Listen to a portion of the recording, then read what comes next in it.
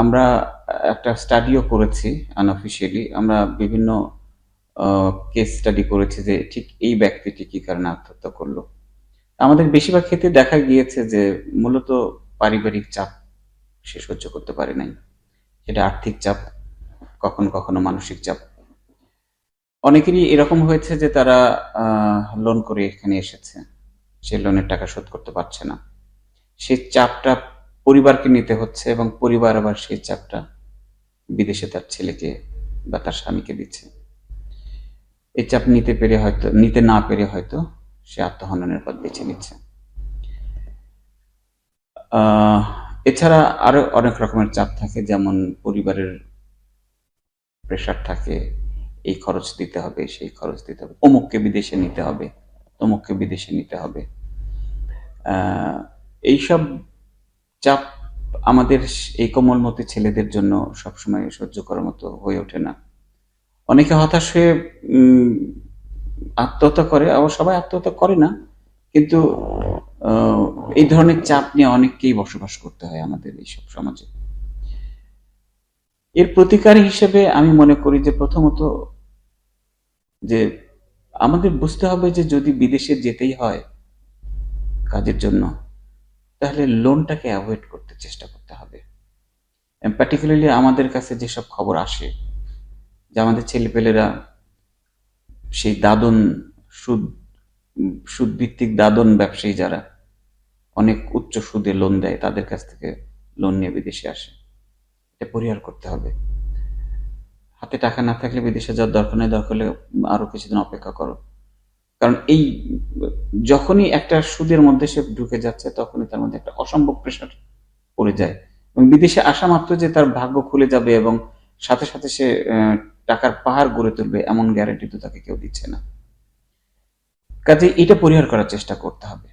তবে নিতান্তই যদি এমন হয় যে সব প্রক্রিয়া কমপ্লিট হয়ে গেছে, অল্প কিছু টাকার জন্য তার বিদেশ যাওয়া আটকে গেছে, সেক্ষেত্রেও একটা অল্টারনেটিভ অবশ্যই সরকারের একটা মেকানিজমও আছে, প্রবাসী কল্যাণ ব্যাংকের দ্বারস্থ হতে পারে। এটা খুব সিম্পল সুদে হয়তো তারা নিতে পারে আর কি। সেটা তার জন্য পরিশোধ করা হয়তো সহজ হবে আর কি। তবে আমি ব্যক্তিগতভাবে মনে করি যে যদি লোন অ্যাভয়েড করা যায় সেটাই সবচেয়ে ভালো। আরেকটা যেটা আমি মনে করি যে আমরা কখনো কখনো এটা এইরকম অভিযোগ শুনে থাকি যে উন্নত জীবনের আশায় প্রলোভনে আমাকে দিয়েছে, উন্নত জীবনের প্রলোভন আমাকে দিয়েছে, আমি এটা প্রলুব্ধ হয়েছি। এটাও আমাদের খুব সঠিকভাবে ব্যাপারটা বুঝতে পারতে হবে। আমি কেন প্রলুব্ধ হব? আমাকে কেন লোভ দেখালেই আমি লোভে পড়ে কোনো একটা অফার গ্র্যাব করব? এইটা ঠিক না। আমাদের বাস্তবসম্মত চিন্তা ভাবনা করতে হবে এবং বাস্তবতার নিরিখে আমাদের জীবনের সিদ্ধান্ত নিতে হবে। সেটি বাংলাদেশে যে ছেলেটি এই প্রলোভনের শিকার হচ্ছে, সে নিজে এবং তার পরিবারের সকল সদস্যদের এই জিনিসটা চিন্তা করতে হবে যে লোভের বশবর্তী হয়ে যেন কোনো সিদ্ধান্ত না নেয়। আর আমার শেষ যে পয়েন্টটি আছে সেটি হচ্ছে যে পরিবারের সদস্যদের প্রতি অনুরোধ, আপনাদের ছেলে অথবা আপনার হাজবেন্ড বিদেশে আছেন, কি অসম্ভব কষ্টকর সময়ে, অসম্ভব কষ্টকর পরিবেশে থেকে আপনাদের জন্য তারা টাকা পাঠাচ্ছেন, এটা আপনারা জানেন না। আমরা যেহেতু তাদের কাছে থাকি, আমরা দেখি এখানে যে ওয়েদার, যে কাজের পরিবেশ, তাদেরকে আপনারা মানসিকভাবে শান্তিতে থাকার সুযোগ করে দিন। তাদেরকে যতটা সম্ভব কম প্রেশার দিবেন, আর্থিক হোক, পারিবারিক হোক। এই পারিবারিক যন্ত্রণা এই ছেলেগুলো কিন্তু না পারে সমাধান করতে, না পারে চাইলে দেশে গিয়ে মিটিংয়ে বসে সেটেল করতে, তাকে দূর থেকে হ্যান্ডেল করার চেষ্টা করতে হয় এবং সবসময় সেটা সম্ভব হয় না। অনেক সময় আর্থিক প্রেশারও থাকে।